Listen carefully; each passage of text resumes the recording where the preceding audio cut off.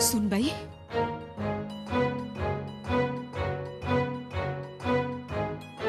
सरदार हसन अली चालून आलाय.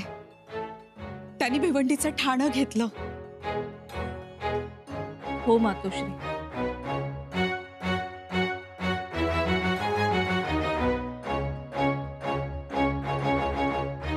आम्हाला त्याची कल्पना आहे. आम्ही काय म्हणतो, अशा वेळेस राजे गडावर हवेत. तुम्ही त्यांना निरोप धाडा. आम्हाला काळजी वाटते.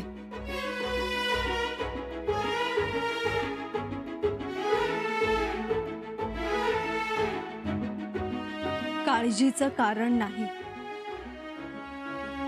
दुसरी गोष्ट म्हणजे राजांना निरोप पाठवला तरीही राजे येतीलच असंही नाही. का? मातोश्री, अहो, राजांनी जंजिऱ्यावर सर्वस्व पणाला लावलंय. सगळे डावपेच खेळले ते तिथे. आणि एवढंच नाही, या क्षणाला जंजिऱ्यावरचे कित्येक बुरुज ढासळले. काही दिवस असाच तोफमारा चालू राहिला ना, तर लवकरच जंजिरा लुळापांगळा होईल. अशा परिस्थितीत आपण राजांना रायगडावर बोलावून घ्यायचं का? शिवाय तुमच्या एक गोष्ट ध्यानात आली? आपले 4 मातब्बर सरदार विदर्भ खानदेशात त्या औरंगजेबाच्या फौजेवर तुटून पडत आहेत. राजांनी 4 मातब्बर सरदार पाठवले तेव्हा कुठं त्या औरंगजेबानं एक पाठवला. येऊ द्या, आम्ही आहोत. सुनबाई, हो मातोश्री. औरंगजेब आला आहे म्हटल्यावर या गोष्टी तर होतच राहणार. त्यांना सडकून मार दिला की मग स्वराज्यात येताना 10 वेळा विचार करतील ते.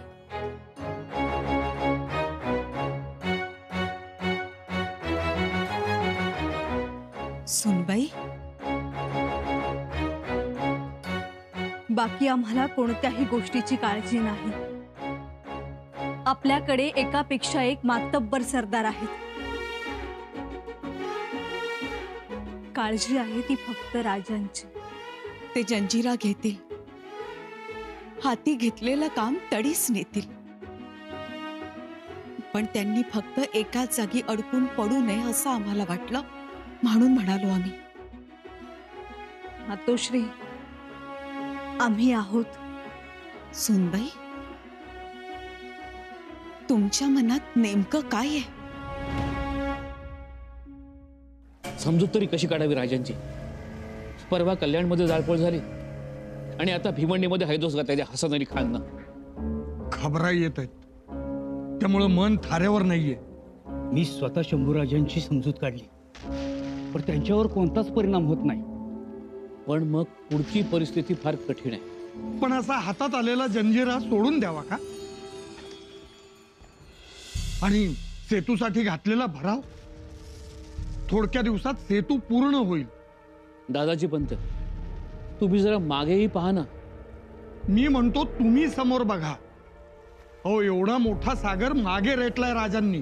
दादाजी पंत, तुम्हाला सिद्धीचा सागर दिसतोय, पण मागे पहा औरंगजेबाचा सागर. सेना सागरच आहे त्यो. 5 लाखाची फौज. अहो, एकटा हसन अली 35,000ची फौज घेऊन आला इथं. आणि म्हणूनच राजांना लवकरात लवकर समजावून सांगायला हवं. कोंडाजी बाबांच्या मृत्यूमुळे भावनिकून निर्णय घेणं योग्य नाही. खरंय, पर जंजिऱ्याच्या या मोहिमेमागं काहीतरी दुसरं कारण असणार. कारण काहीही असलं तरी राजन जंजिऱ्याच्या किनाऱ्यावर उभे आहे आणि तिकडे रायगड धोक्यात आलाय. रायगड? आणि जर का रायगड आपल्या हातून गेला ना, तर जंजिरा हाती येऊन काहीही उपयोग नाही. राजनला हे सांगणार कोण? हमारे इतने तंग हालात है और औरंगजेब ने रायगढ़ पर फौज भेज दी हमला करने. इसका मतलब क्या है?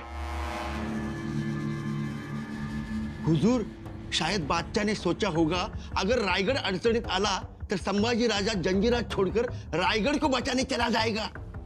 बेवकूफ, हमारी हार हो या संभाजी की, जीत तो आलमगीर की ही होगी. हुजूर, हम एक काम कर सकते हैं. क्या? संभाजी राजांना शरण गेलो तर पनाह मांगेंगे. सफेद झंडे दाखवतो ना मी खुद. है अपने पास, कल ही बनाई है.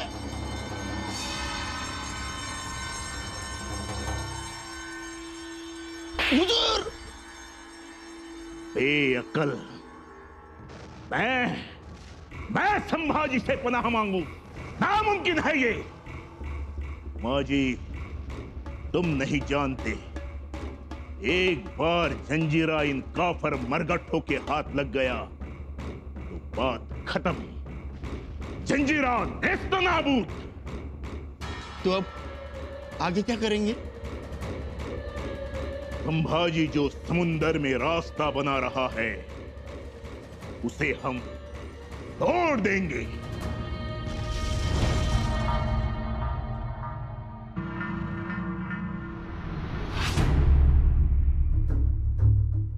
बड़े ताज्जुब की बात कि हसन अली के कारनामों के बारे में जानते हुए भी संभा उसे तवज्जो नहीं दे रहा. आवाम परेशान, इतना सारा नुकसान, पर संभा को कोई परवाह ही नहीं. जी हुजूर आला, इसीलिए तो संभा जंजीरा के किनारे जो का त्यों खड़ा है. इसका मतलब संभा को रायगढ़ की कोई परवाह नहीं. ये बात बिल्कुल सच है. दूसरा सच ये भी हो सकता है कि उसे हमारा खौफ नहीं है. और तीसरा सच ये भी हो सकता है कि हमें गुमराह करने के लिए वो जंजीरा का किनारा नहीं छोड़ रहा. हो सकता है कि इसकी कोई चाल हो. अब्बूजान, आप बिल्कुल सही कह रहे हैं. ये उसकी नई चाल ही हो सकती है, वरना हसन अली ने इतनी तबाही मचाई और संभा ने उसे मुकाबला करने या उसे रोकने अपने किसी भी सरदार को नहीं भेजा. और हसन अली की ताकत को जानते हुए भी संभा ये लापरवाही दिखा रहा है. ये बात समझ में नहीं आती. लेकिन अब्बूजान, आप तो कह रहे थे कि हसन अली स्वराज में पैर रखेगा और संभा रायगढ़ की ओर भागेगा. लेकिन शहजादी, संभा रायगढ़ की ओर नहीं आया, इसमें हमारी ही भलाई है. और इस मौके का फायदा हसन अली खान ने उठाना चाहिए और जल्द से जल्द रायगढ़ पर कब्जा कर लेना चाहिए. लेकिन रायगढ़ को कब्जे में लेना इतना आसान नहीं है. हम जो कहते हैं, सोचते हैं, संभा उससे कई गुना आगे है, आगे सोचता है. मतलब? संभा ये समझता और जानता है कि हसन अली के लिए रायगढ़ पर कब्जा करना या काबू पाना बहुत ही मुश्किल है. इसलिए वो जंजीरा से हिला नहीं.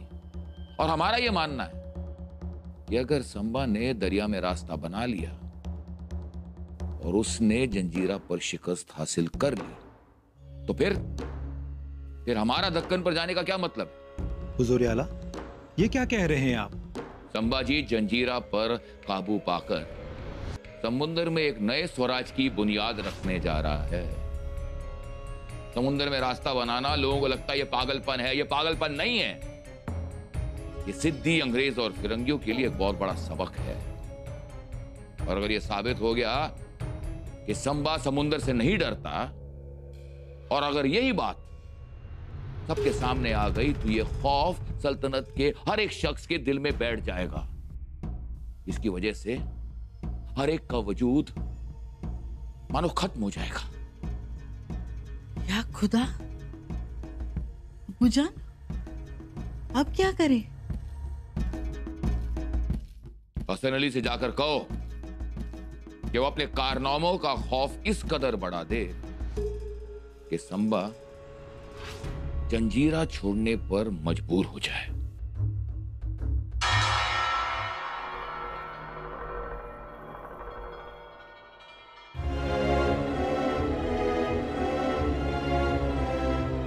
रायगडाकडे कोणी वाकड्या नजरेनं पाहू शकतं? जी राणी साहेब, हसन अली हा कल्याण भिवंडी प्रांतातून पुढे सरकत आहे. तो जंजिऱ्याच्या रोखानं पुढे येतोय अशी खबर आहे. परंतु ती हूल देऊन तो रायगडाच्या दिशेनेही येऊ शकतो. हो, येऊ शकतो. म्हणजे तशी शक्यता नाकारता येत नाही. शिवाय आपली 30,000ची फौज जंजिऱ्यात अडकली आहे. उर्वरित फौज विदर्भ खानदेशात धुमाकूळ घालत आहे. राणीसाहेब, मला असं वाटतं की आपण एखाद्या मातब्बर सरदारास रायगडावर बोलावून घ्यावं. म्हणजे सरनोबत हंबीरराव, सरसेनापती सयाजीराव कंक किंवा सरदार पायगुडे यापैकी एकाला तरी निरोप पाठवून गडावर बोलवून घ्यावं. त्याची गरज वाटते तुम्हाला? गरज म्हणजे राणीसाहेब, हसन अलीने खरंच रायगडावर हल्ला केला तर मग आम्ही आहोत. तुम्ही? हो, आम्ही. राणीसाहेब, आपण दिवसात आहात. हो, आम्ही दिवसात आहोत. आमच्या पोटात बाळ आहे. राहुजी नाना, आजवरचे छत्रपती हे गडकोटांवर जन्मले, परंतु आता हे छत्रपती रणांगणावर जन्म घेतील. तुम्ही त्या काळजीत राहू नका. एक गोष्ट लक्षात ठेवा, बाळ पोटात असताना पोटाशी तलवार बांधायला आम्ही बिचकणार नाही. राणीसाहेब, हसन अली खूप आक्रमक आहे. मग आम्ही कशात कमी आहोत? आक्रमकपणाचं बाळकडू पितच आम्ही लहानाच्या मोठ्या झालोय. राणीसाहेब, याबद्दल कुणाच्याच मनात शंका नाही. पण माझं म्हणणं एवढंच आहे की अशा वेळेस महाराजांनी जंजिरावर राहणं उचित नाही. मतलब औरंगजेबाच्या फौजा स्वराज्याच्या दिशेने कूच करत असताना तिकडे त्या जंजिराच्या बुर्जाकडे बघत बसण्यात काय मतलब आहे? आणि जंजिरा उद्या हाती आला तर? राणीसाहेब, तरीही पंत,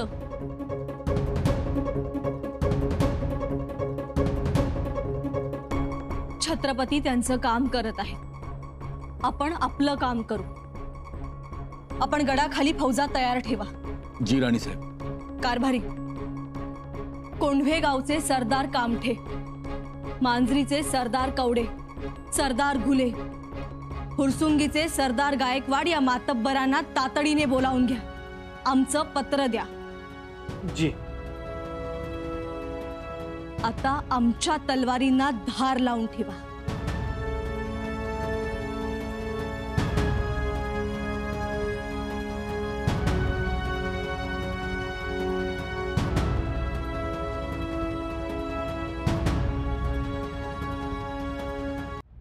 आता तलवारीच्या धारेपासून आणि तोफगोळ्यांच्या माऱ्यापासून सिद्धीची सुटका नाही. दादाजी, जोपर्यंत जंजिऱ्याच्या तटबंदीच्या एकेका दगडाचा भुगा होत नाही तोपर्यंत मोहीम थांबणार नाही. तोफेची बत्ती विझणार नाही. राजन, मी म्हणत होतो जंजिऱ्यावर भगवा फडकवल्यानंतर काय म्हणायचं ते म्हणा कविराज. महाराज, आमच्या एक गोष्ट लक्षात येत नाही. आपण गरजेपेक्षा जास्त लक्ष तर देत नाही आहोत ना जंजिऱ्यावर? राजे, कोंडाजी बाबांचं शीर छाटल्यामुळे आपण संतापला आहात. कोंडाजी बाबांचं शीर छाटलं म्हणून आम्ही संतापलो आहोतच, पण जंजिरा घेण्यासाठी आम्ही जो आटापिटा करतो आहोत त्यामागे आणखीही काही वेगळी कारणं आहेत. या सिद्ध्यासारख्यांची नाकडं आत्ताच फोडली पाहिजे. कारण सिद्धीचा आपल्याला उपद्रव आहेच, पण या सिद्धीला सहाय्य आहे ते टोपीकरांचं. हे टोपीकर सिद्धीला रसद पुरवतात, दारुगोळा आणि अन्न संरक्षण देतात. काल सुद्धा जंजिऱ्यात जी 2 जहाजं आली होती ती टोपीकरांचीच होती. आज ना उद्या हे टोपीकर आपल्याला सुद्धा उपद्रव देणार. अगोदरच सिद्धी म्हणजे स्वराज्यावर वाढलेलं पांडुळ. त्याच्या आधारानं जर टोपीकर सुद्धा टिकले तर कोकण स्वराज्यात राहणं अवघड. म्हणूनच हे पांडुळ कायमचं छाटून टाकायचं ठरवलंय आम्ही. जी राजन, लेकिन कविराज, या सिद्धीनं कोंडाजी बाबांचं मस्तक छाटलं. त्या अगोदर मायनाक भंडारींच्या मुलाचं मस्तक छाटलं आणि त्याचबरोबर 50 मावळ्यांची मुंडकी छाटून त्यांची वरात वाजत गाजत मुंबई बेटापर्यंत नेली. ती मस्तकं आम्ही आमची समजतो. आमच्या दिलेर मावळ्यांची अशी विटंबना आम्ही कदापि खपवून घेणार नाही. प्रसंगी आमचं मस्तक देऊ, पण सिद्धीचं मस्तक घेऊन जाणार.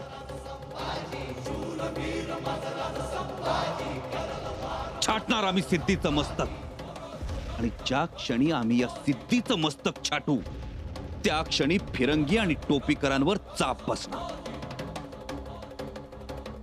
आणि आम्ही एवढ्यावरच थांबलेलो नाही, तर या फिरंग्यांवर आणि टोपीकरांवर जरब बसवण्यासाठी अरब हबीब बगदादी यांना जवळ केलंय आम्ही.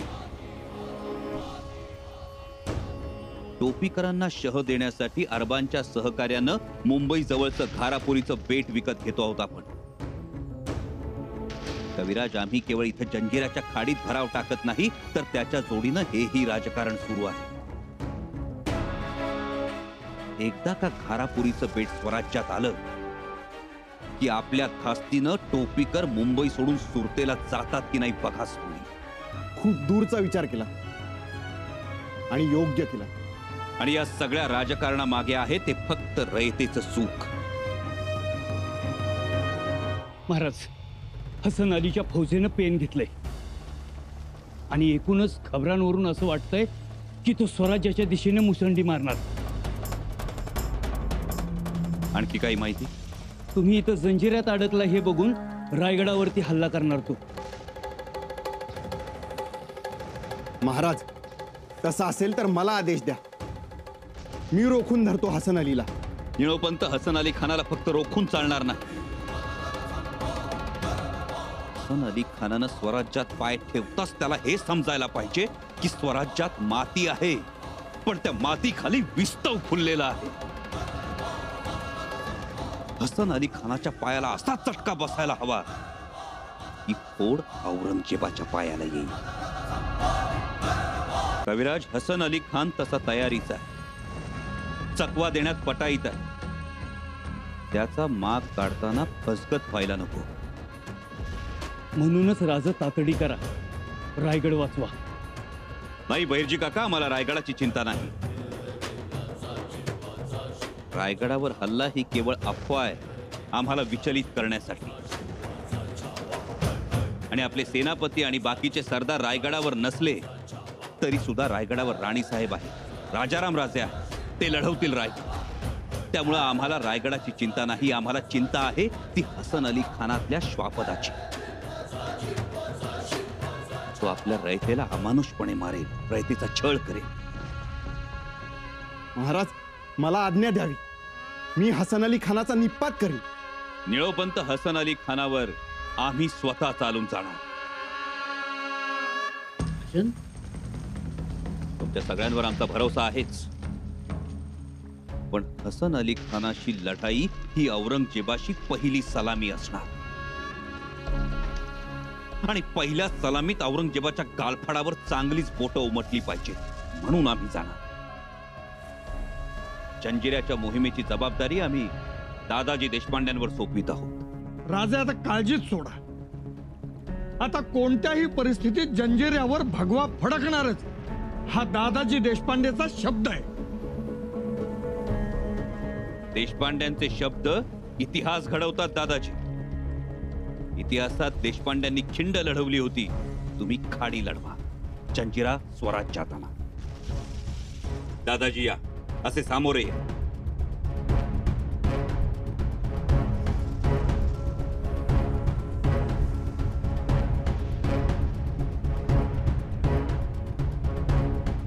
राजे, अहो हे काय?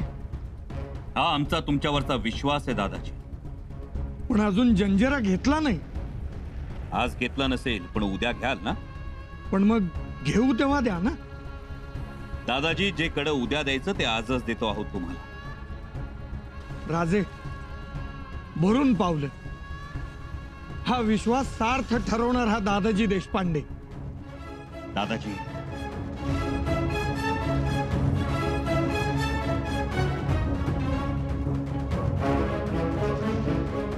दादाजी, या मोहिमेची मदार आता तुमच्यावर. त्या सिद्धीला जिवंत सोडू नका. जंजिऱ्यावर भगवा फडकवा. तुमच्या सोबत जी माणसं आहेत ते साधे सुधे मावळे नाहीत. त्या थोरल्या महाराजांचे कुणी अंगद आहेत, कुणी सुग्रीव आहेत, कुणी नल नील आहेत, तर कुणी हनुमंत आहेत. हे ध्यानी ठेवा. आबासाहेबांचं नाव घेऊन पाण्यात दगड सोडले तर त्या श्रद्धेवर सागराच्या पाण्यातही पाषाण तरंगतील. ही श्रद्धा आमची. हसन अली खानाचा समाचार घेऊन आम्ही परत येईपर्यंत लढत राहा, झुंजत राहा. हर हर महादेव